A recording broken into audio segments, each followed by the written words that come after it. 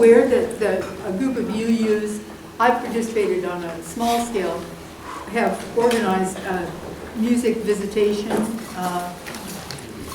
There's a woman named Jan Meslin at Tapestry, and she has 50 volunteers who are going to see the ICE detainees at music.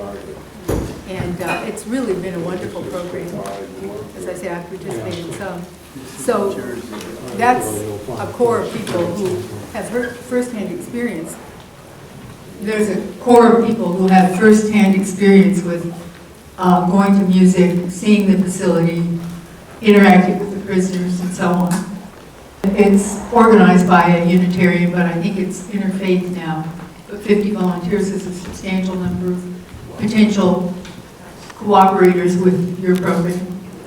I also wanted to say, while I have the microphone, and this is a comment, not a question, but about a year ago, I went to a program at Stanford with several institutes co-sponsoring on the future of California in the West. And the first speaker was former Secretary of State George Shultz. And he was served in a Republican administration, though not necessarily as conservative as some of the folks are now. But the first thing he said was, the future of California is with the Latino youth. And if we don't invest in educating Latino youth, California has no future. And when you have a Republican saying that, it's like, hello, I think that's a very powerful argument supporting what you're doing. That's where our resources need to go, not building prisons. The surplus from this tax that was told to the voters was going to go towards education, we're seeing is now going towards prison and jail construction. And this is where we have to question that. The voters voted for this money to go towards education. And when it's again doing the same thing that has happened over time, construct jails and prisons, we are definitely trying to continue to make the connections to the educational issues that are coming up. Diane, if we stick with this money that is supposed to go to the various counties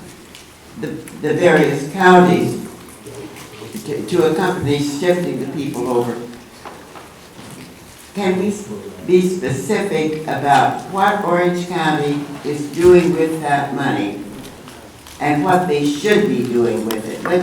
Can we get to that? Because we're going to have a town meeting, I know, on just Orange County and what's going on here.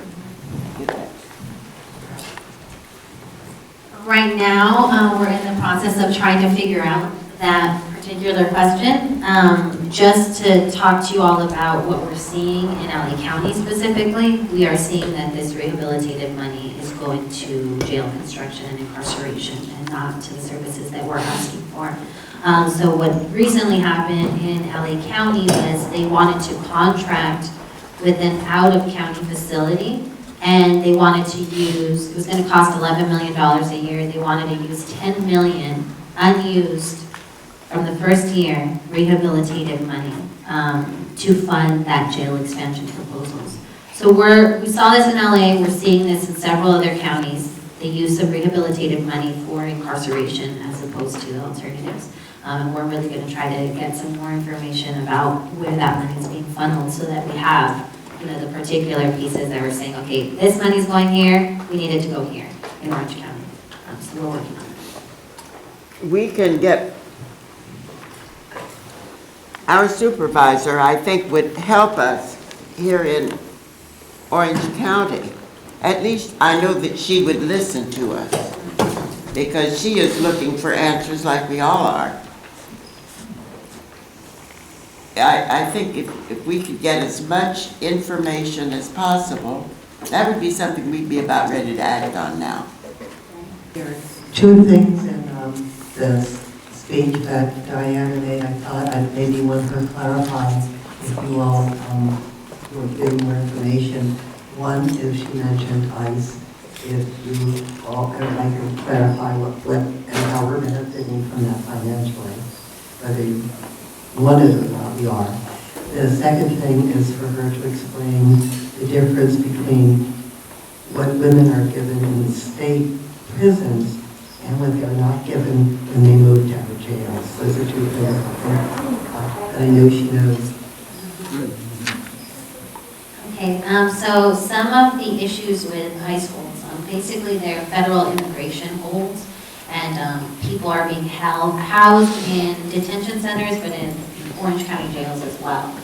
So we're seeing that a huge portion of the LA County ICE holds, federal immigration ICE holds, are now being served in Orange County. So those people are now serving their time in Orange County, a good portion of them. Some are still in LA.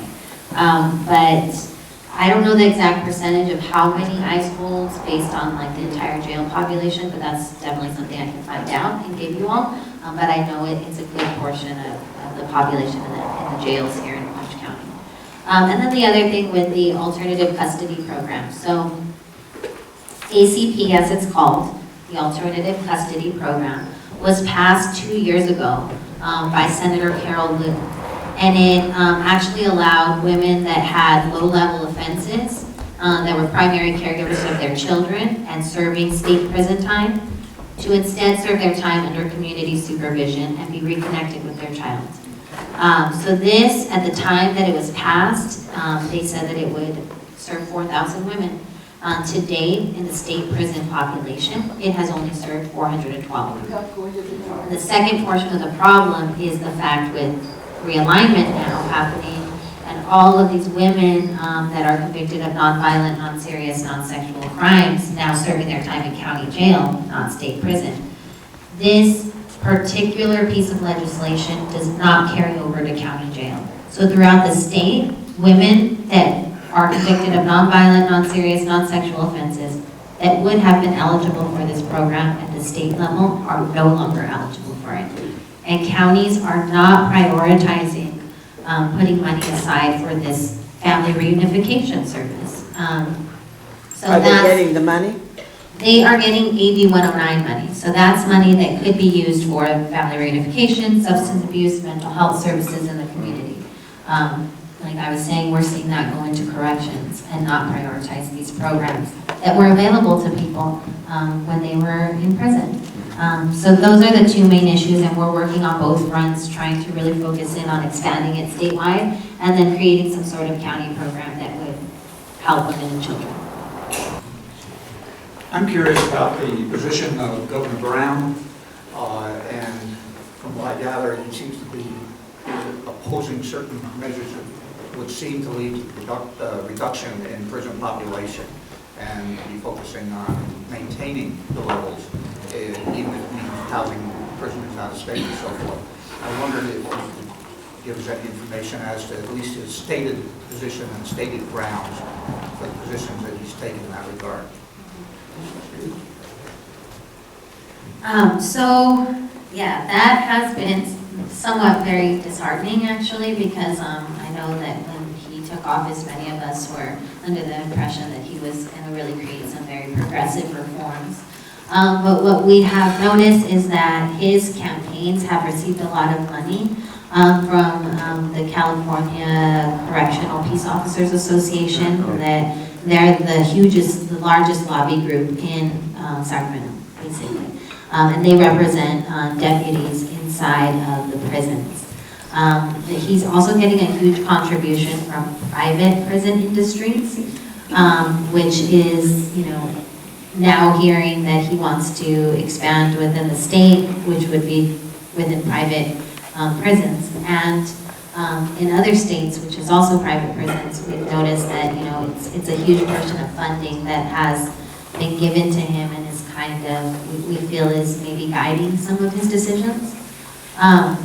Some of the positive things though, because of this court order, he has been forced to expand medical parole, and we're actually seeing an increase in people coming out on medical parole, which is great. But as far as all of the other reforms that I was talking about, like expansion of good time credit, elder prisoner parole, those have been in some of his press releases, and they were actually in his plan to reduce the population, but he has not committed to them. So they were a part of his order to the court saying, this is what I'm gonna do and this is how I can do it, but he hasn't implemented it yet. But now, and has now instead created this select committee on justice reinvestment, and those are assembly members that are now looking into all of these alternatives, and we're hoping are gonna put forth our recommendations. And what they're saying is whatever they recommend is gonna come, basically be signed into law. So right now, we are really targeting that group of assembly members, hoping that they can be the pressure point to push Governor Brown to do something. Hope that helps. First, I want to say that I was shocked at what you said about the sterilization of women in the prisons. That just, I don't think I've heard. Did anybody here, have they heard of it? I heard of that. Anyway, that was really hard to take. But then on the issue also of solitary confinement, we're hearing a lot about prisoners who've been kept for years and years in solitary. And would you comment on that in terms of looking at the population in prison? So, yes, when I actually heard about the sterilization piece before it actually made the news. So our organization, Justice Now, in Oakland, has been doing a lot of work around that piece. And they're actually in the process of, filing a lawsuit and really trying to bring justice to those families. But as far as the solitary confinement piece, yeah, I mean, there's people in there that have served, that have been in solitary confinement for 50 years. And the huge issue is that many states, they have a limit to how long solitary confinement can be used. California doesn't have a limit. So people can stay in there as long as the administration wants to keep them in there. Some of them are in there for safety reasons, but a lot of them are in there because they are political activists, because they are prison lawyers. And, it's a means to keep them away from the general population so that people aren't feeling empowered and people aren't feeling supported. And I think another thing just to think about with the solitary confinement folks is that many of them, they're going to come out.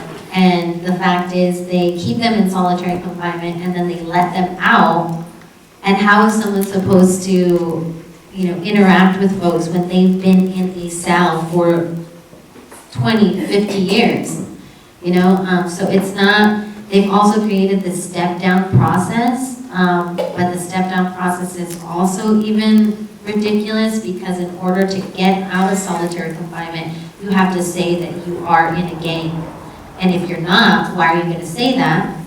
And that information can then later be used against you, and you could just be put back into solitary confinement. So even the step-down process is has a lot of issues with it. And then the other thing is they don't have any valid programming inside of solitary confinement, so they can't even get any type of educational services or anything like that, which doesn't help with their rehabilitation.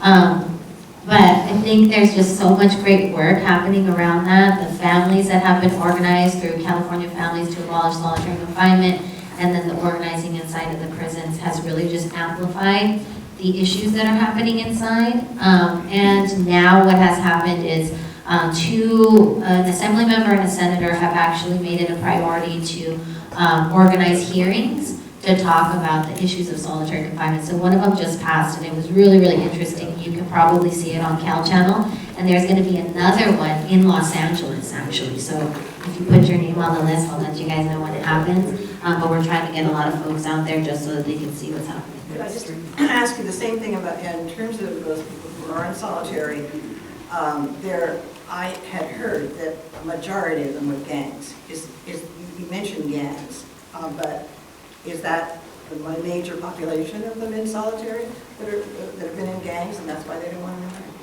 I mean, Is it a huge number, or just a? That's They seem to use it as an excuse, they're going to get out and do something, yeah. That is a portion of the people that are inside, but the list of gangs have, if you look, When solitary confinement was first created in California, the list of gangs was probably like, I want to say 10 or something. Now they've increased those gangs to like street gangs. So before, when it used to be, if you were a part of a prison gang and you were a safety hazard, you would be put inside of solitary confinement, but you had like, I mean, you did certain things in order to get into solitary confinement. Now it's like if you were a part of a street gang or someone else said that you were a part of that gang, so it could be like by hearsay basically, then you could be put into solitary confinement. Some of the things that people are written up for are like drawing a picture that has like an Aztec symbol, which apparently means that you're in the Mexican mafia, so that you get put into solitary confinement. What I've also been told is like there's like with language, if a person's letter has like mija in it, which in Spanish is my daughter. That can be used against you as well, that saying that you're a part of the Mexican mafia.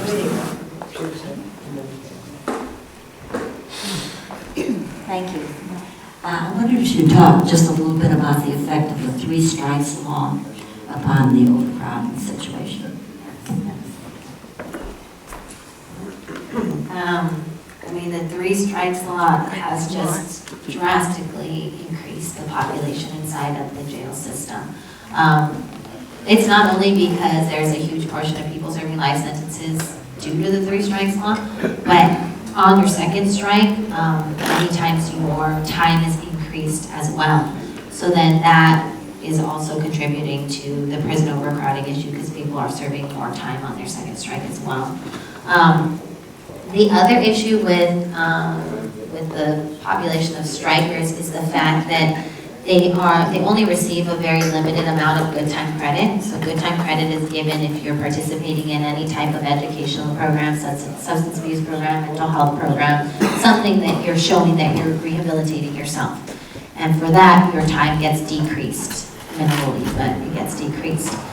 For second strikers, they will serve about 85% of their time if they're participating in positive programming.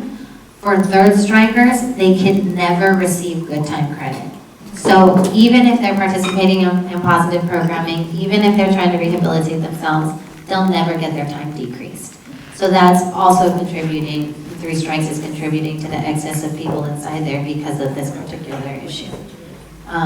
So yeah, it's really backwards and really ridiculous, but that's one of the issues.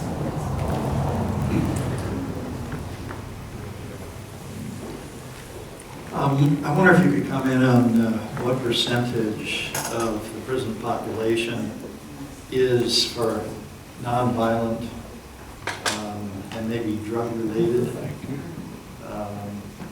and how much is marijuana? And then finally, what would be your group's position on legalization of marijuana and maybe even some other drugs? Regulate it and tax it in the way that cigarettes and alcohol are regulated and taxed.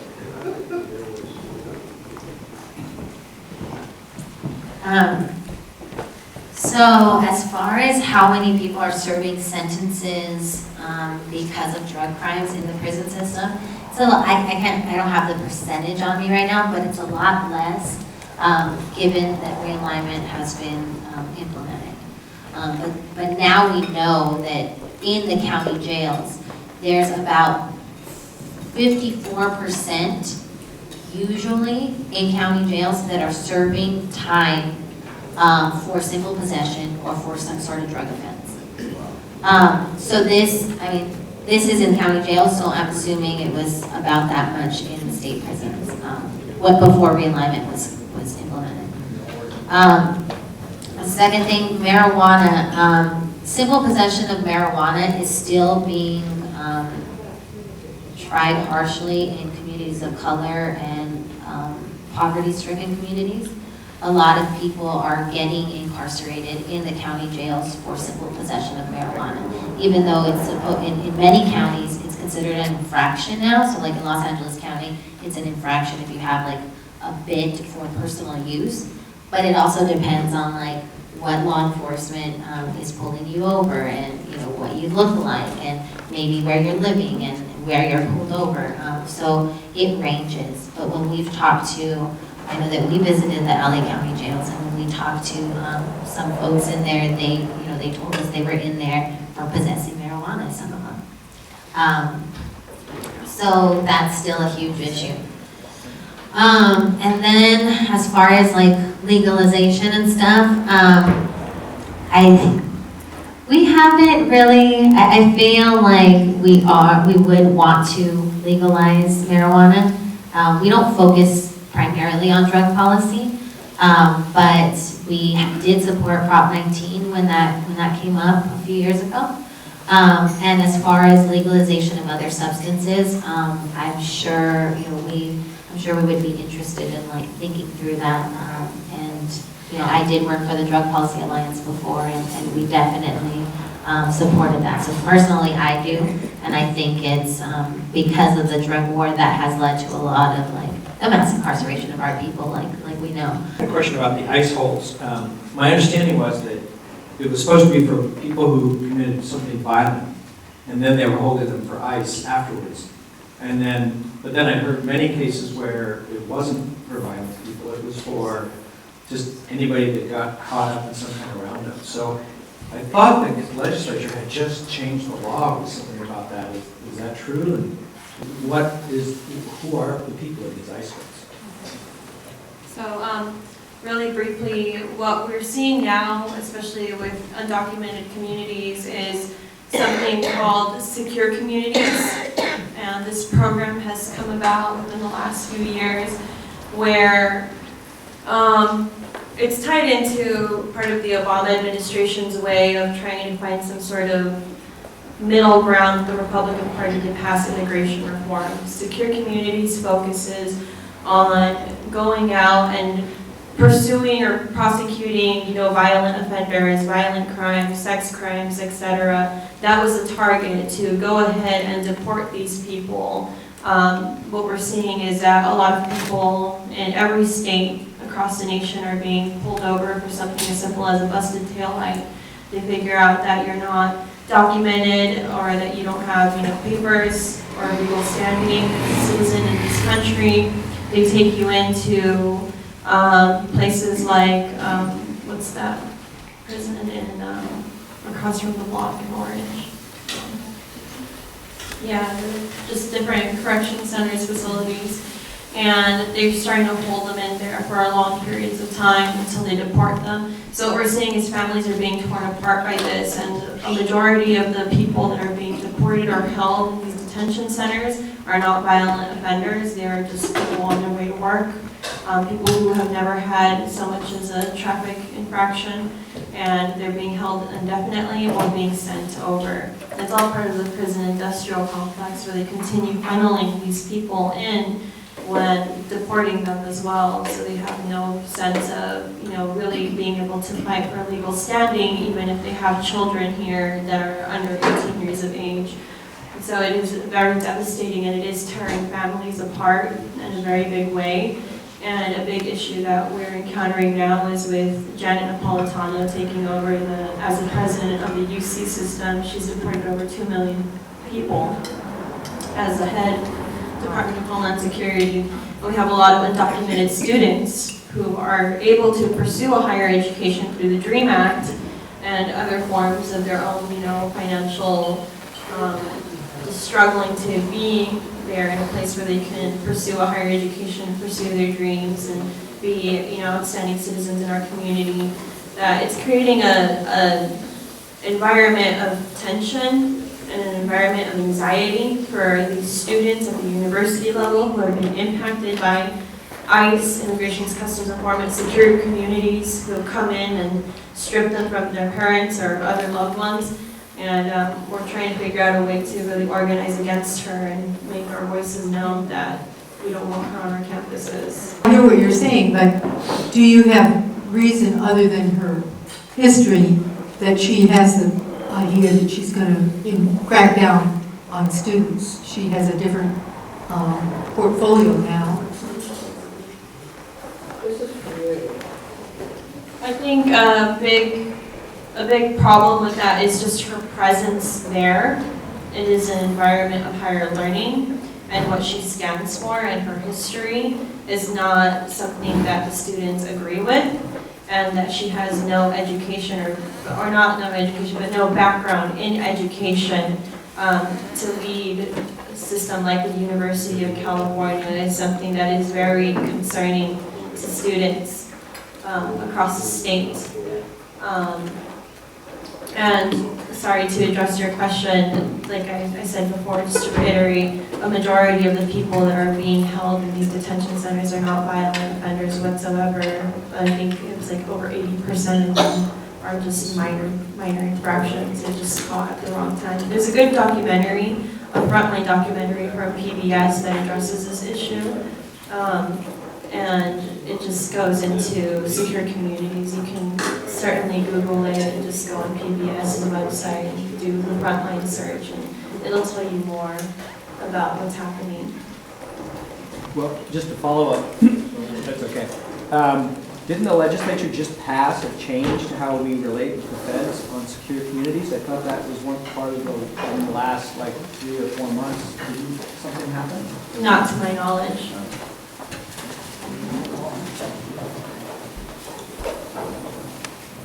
I think it's probably a good idea to keep separate the idea of legalization of marijuana from prison reform, even though they're highly related. Some people have a very strong reaction to the issue of legalization, even though the German government 2 days ago voted to sell it. And so there is going to be a reform eventually. But what I like best about what you've given us today is the systematic list of things, ideas you have to reduce the population, and things that are informing us and giving us an idea of what specifically we might work on, and that was very helpful, so thank you for that. A few of us got together, I don't know what night, Wednesday night was it, Gene? And out of our conversation in terms of where we wanted to go with this and come up with some town hall meetings and so forth, a couple of the points that I thought were very good. One was telling stories. I think your story, you speaking about somebody personally in your life who has been affected by this, has a huge impact. And the more stories that we can get into those things that we present to the public, I think the more real it becomes to everyone who is listening to this huge, enormous problem. The other thing that came up that we wanted to really focus in on is on the cost. This gets, no matter what side of you're on in terms of politically or anything, people's pocketbooks get affected by this, and I don't think they really understand. The figures come out, but they don't connect it with their pocket. And if we can get people aware of that, I think they will be more inclined to go towards what we want to reach at the end. Did I cover that pretty well, Gene? Okay.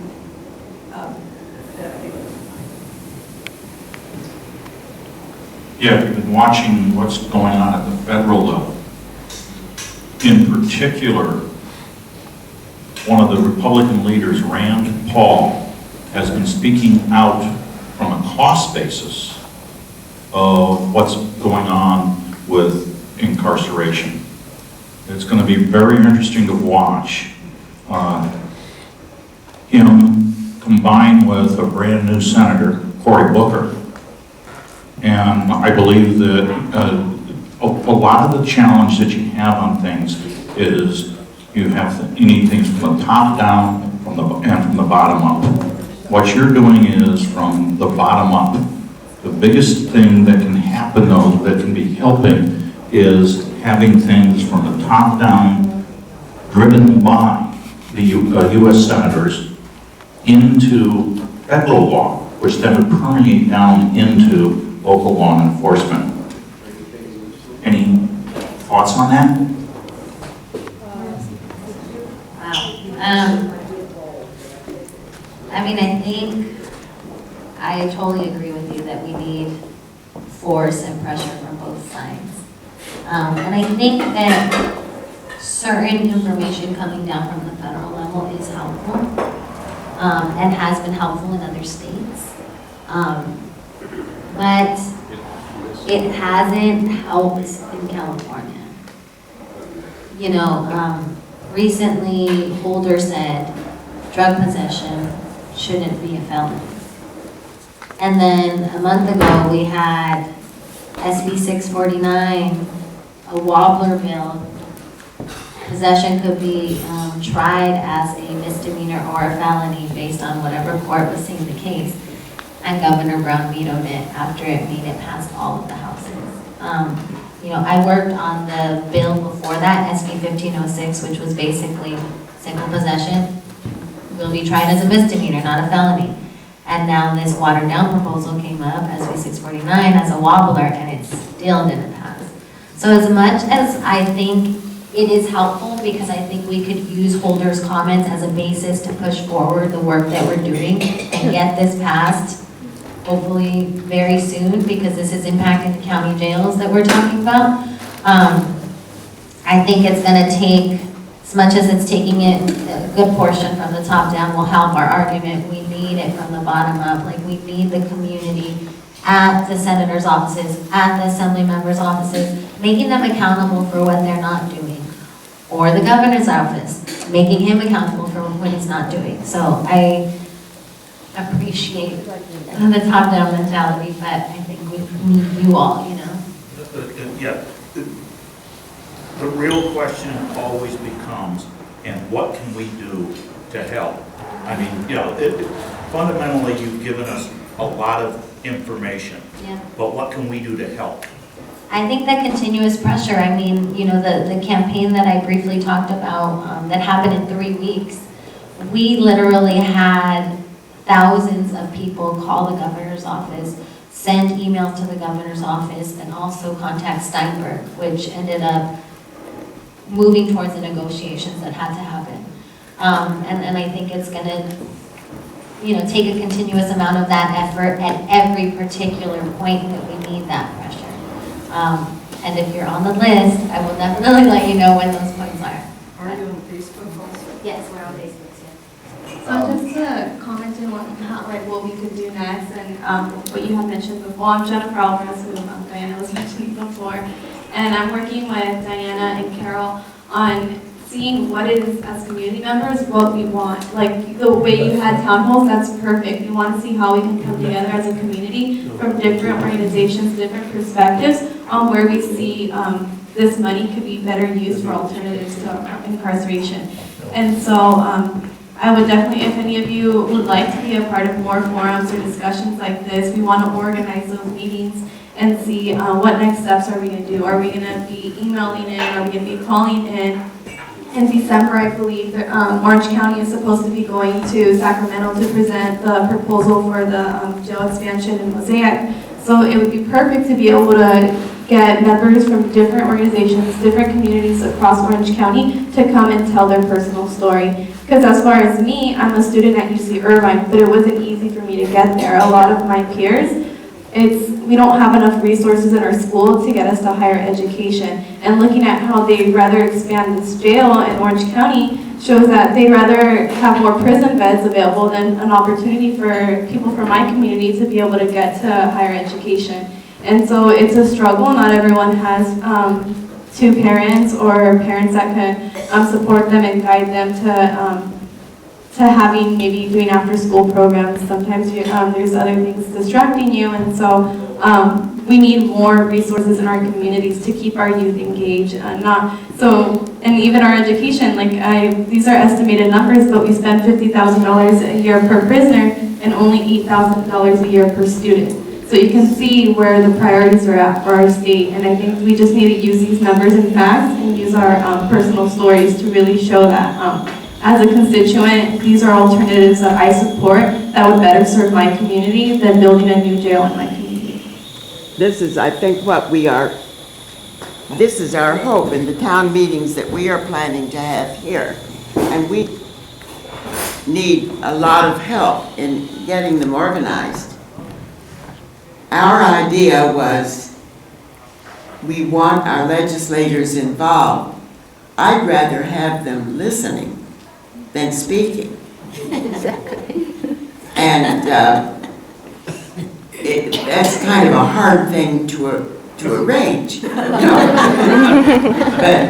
this is one goal. I want them to know that we care here in this Orange County coastal area where a lot of money is here. And we're very Republican in our, but I want them to know that here in this community we care, that we are investigating what is going on. So any help you can give us with that, I would appreciate. One of the things that we've been doing, just to talk a little bit about that, Curve has created some how to stop a jail in your town packet. We actually had a national webinar a few weeks ago that like 100 people went to. It was amazing. So we can share that resource with you. And we're also in the process of just developing more resources to help counties that want to fight jails in their town and want to expand alternatives to incarceration. So we are organizing in several different counties. Right now we have about 8 counties that are interested in doing some skill shares, some presentations, and some like step-by-steps on what do we do? How do we really start this process? We have 3 ongoing campaigns right now, one in Los Angeles County, San Mateo County, and San Francisco County. So we want to bring people together to talk about lessons learned and really how to move forward and some of the strategies. And hopefully you all want to be part of it. You will find that people in Orange County, because they are more conservative than the other counties you mentioned, they still want prison reform because it's costing too much. And so don't forget us. We're starting, we need to. Yeah, and then in December, in December, like Jennifer was talking about, we're gonna, December 4th through the 6th, all of these counties are supposed to be going to Sacramento to present their proposals on why they need a jail in their communities. So what we want to do is we want to bring all of the counties and all of the folks that are trying to stop this to Sacramento in December and have a huge rally, have a huge speak out where we're able to, as constituents of the district, say what is not being done, what we need to be done, and the fact that these things need to be done before construction is even thought about. Go back a minute. Is there a special push to have jails in counties? Yes, there is a huge special push. So right now, From who? From the sheriff's departments mainly. So we're seeing about 34 counties out of our 58 counties want to build jails. Some of them have already received funding, or some of them are trying to get this new funding that they're going to be proposing, doing their presentations for in December. So we're seeing a huge portion of jail expansion happen, very similar to the prison boom that I showed you all, and a real emphasis on construction as opposed to alternatives. Carol, do we have information on where exactly Orange County is in this process? When the question was asked, that was one of the things that we know that we need to get the way that Los Angeles was able to start looking into the TAP problem was they had information about the budget. And Jen and myself are trying with the Orange County group to get as much information as we can on that. That gives us at least the basis for argument. I'll have the microphone. If you all have signed up for getting the CURB information online, you will be amazed at how quickly you will be educated about what's happening around California, whether it's in Orange County or not. You can see how other people are progressing. So I hope you all have signed the list. Wouldn't this be, because of its imminence, wouldn't this be a big priority for us, don't you think? The business of putting jails in counties? We think it's a big priority because it's a financial one and it's already been approved by the Board of Supervisors. Diana feels we can fight it. Online, you'll find a lot of literature about how other places have fought it, and we can read all about it. That's what we need to do next. Yes, I do believe that too. And maybe, we could talk about like some more outreach opportunities that can happen and like a strategic, once we get all the information together, maybe like a strategic planning meeting that we could have to think about, what are going to be the demands of this group? Like, what are you guys really going to advocate for? So that's kind of what we've done in LA. We do strategic planning meetings every few months to really figure out who are our targets, what are our demands, and what are the activities that we're going to do. And CURB can help in that process. Well, I found this very enlightening meeting, and the concern that from reading the papers and from hearing what people say, the concern is how much this is all costing. It's a money concern. That's always the bottom line. My concern is, why are so many people being sent to prison, and why is our crime rate so high? What I would like to see happen is we could effect changes in prison construction and the way we manage and so forth, so that we could reduce the cost, that we could tie these savings in to specific crime reduction or community help or whatever we need, mental health programs and so forth, that would relieve the underlying problem, because just reducing the money spent is not going to do it. That's what this Justice Reinvestment Committee is going to be researching, but we can definitely do that on a local level and on a statewide level, which we've already been kind of like trying to put together the analysis around that. So we have a lot of information about like the budgetary costs and how those costs could be funneled into other programs and actually benefit communities that I could share with you. I wanted to know if you've ever had any contact. Our denomination has a lobbying arm in Sacramento, the UU Legislative Ministry. And I think you should definitely know about that. There are certain issues they don't lobby across the board, but I think you might well make a pitch, I think, given interest in our congregation. They choose 2 or 3 issues.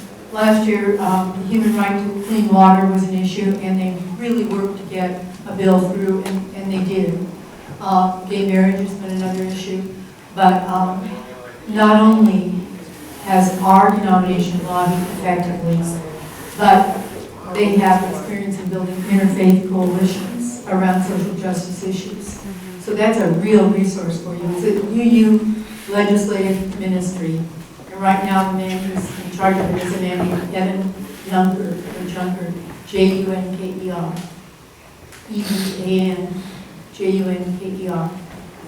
And I think, it would be very helpful to make contact. That's a great idea. I mean, we work with so many lobby groups in Sacramento, and I wasn't even aware that you all had one, so that's really great information. Would it be helpful if we had communication with our lobby organization in Sacramento? Yeah. On this issue? Yeah. Yes. In fact, I commit myself. I have been involved. In fact, in a couple of weeks, there's a workshop retreat at Camp de Benneville.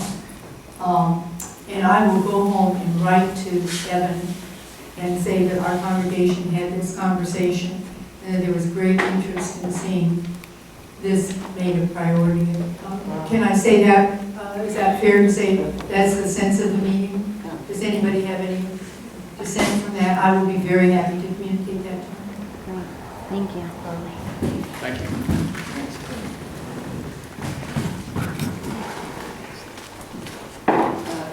Gina, I was thinking about how to creatively invite some of our legislators to attend the town meetings without having them speak. And one way to do it would be to give them an award. Yep. And it's a photo op, some kind of an award. They'll come for the photo op and the presentation, and then they'll be there.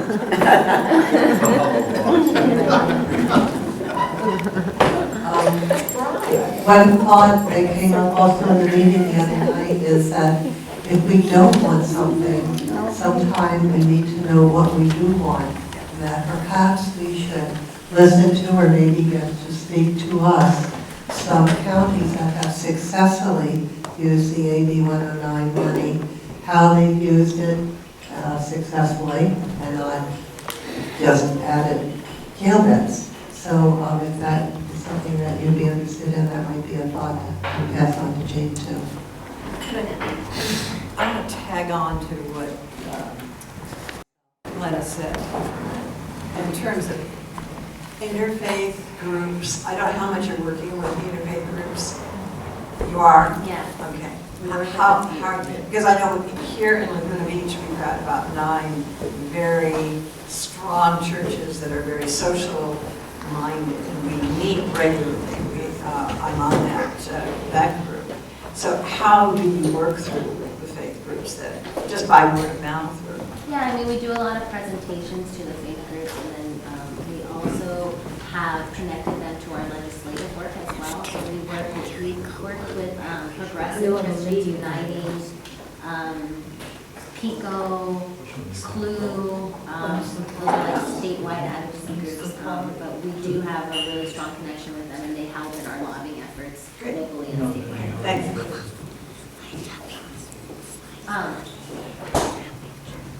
And just as far as what Carol just said about the alternatives that are being implemented in other counties and how they're using AB 109 money, there's a few examples that I have. So they're in Santa Cruz County, they're actually using split sentencing.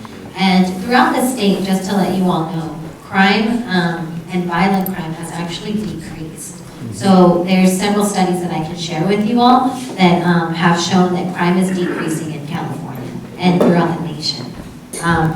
So that's one thing. The second thing is Santa Cruz has actually used split sentencing, which is serving half of your sentence inside of county jail and then the other half in a community facility, helping you to like come back into society basically with supportive services. What kind of community facility? It could be based on what the need is. So it could be a substance abuse program, a mental health program, an employment program, housing, whatever the need is for that particular person, they are being met with that particular like community facility. Is that sort of like what a parole officer would do with an individual? Is Similar, it's similar, but there's a lot of people that don't have the resources to participate in those particular programs.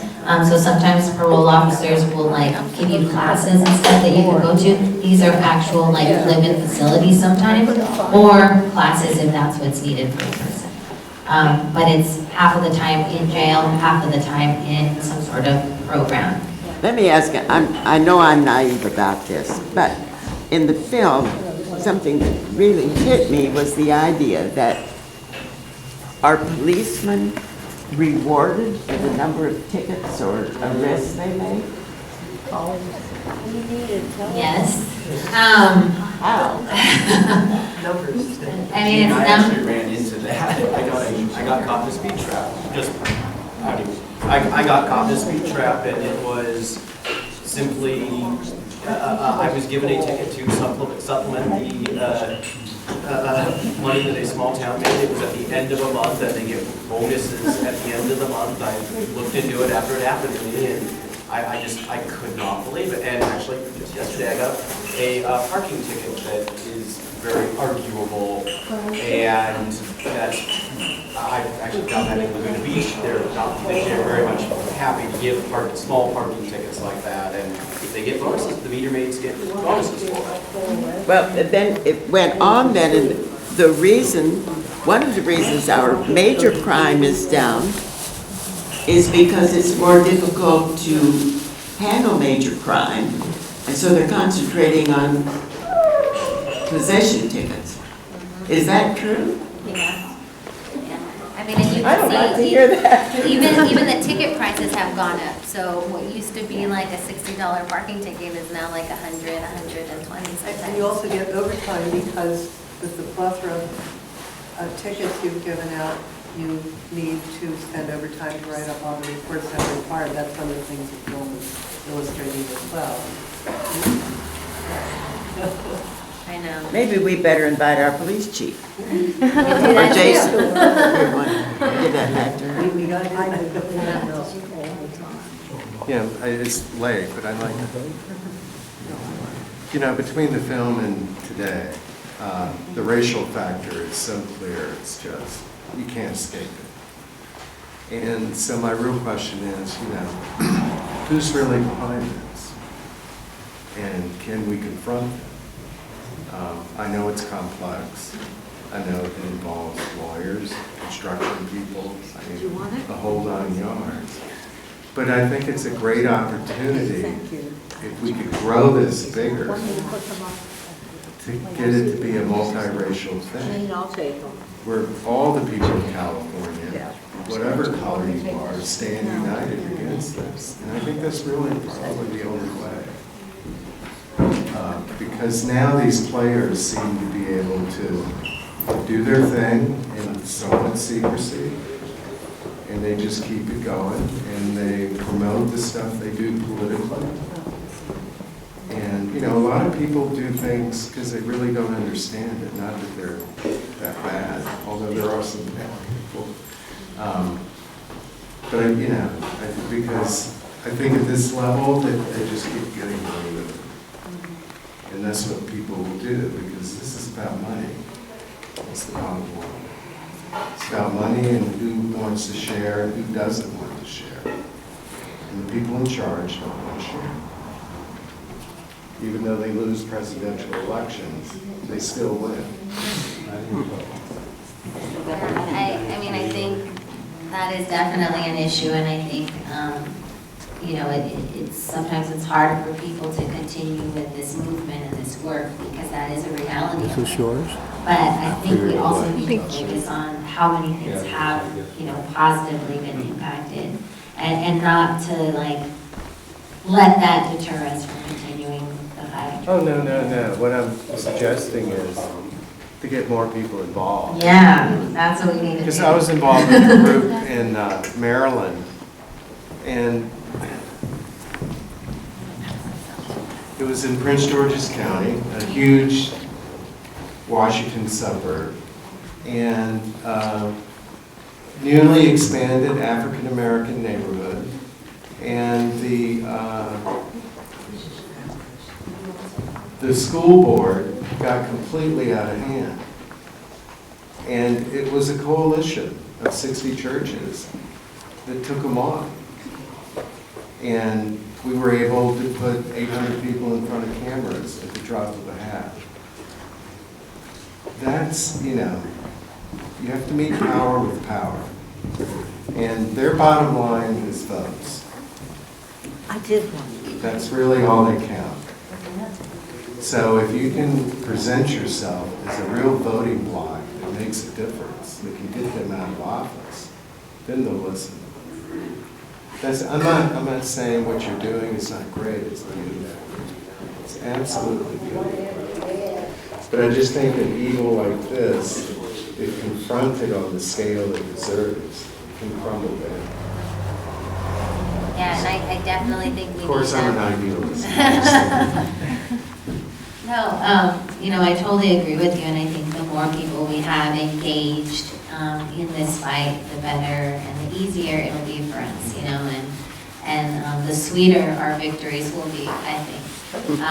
So I totally agree with you. I would love to just figure out how we can create a stronger base here in Orange County, and also figure out how we could get impacted people, really trying to help us formulate the campaigns that we want to work on here in Orange County. So I'm totally there with you, and anything that I can do to help, I'm definitely here. Go to the League of Women Voters. That's a good idea. I do have one contact from there. Maybe we can talk about that. You've got a lot in this room. You do have a lot in this room. Thank you so much for being here. It's difficult as an individual sometimes to know how to connect with some of these things about which we feel passionate, but when we see it as a group and we have people like you that share a direction with us that has already been established, it's very helpful and very motivating. Thank you so much.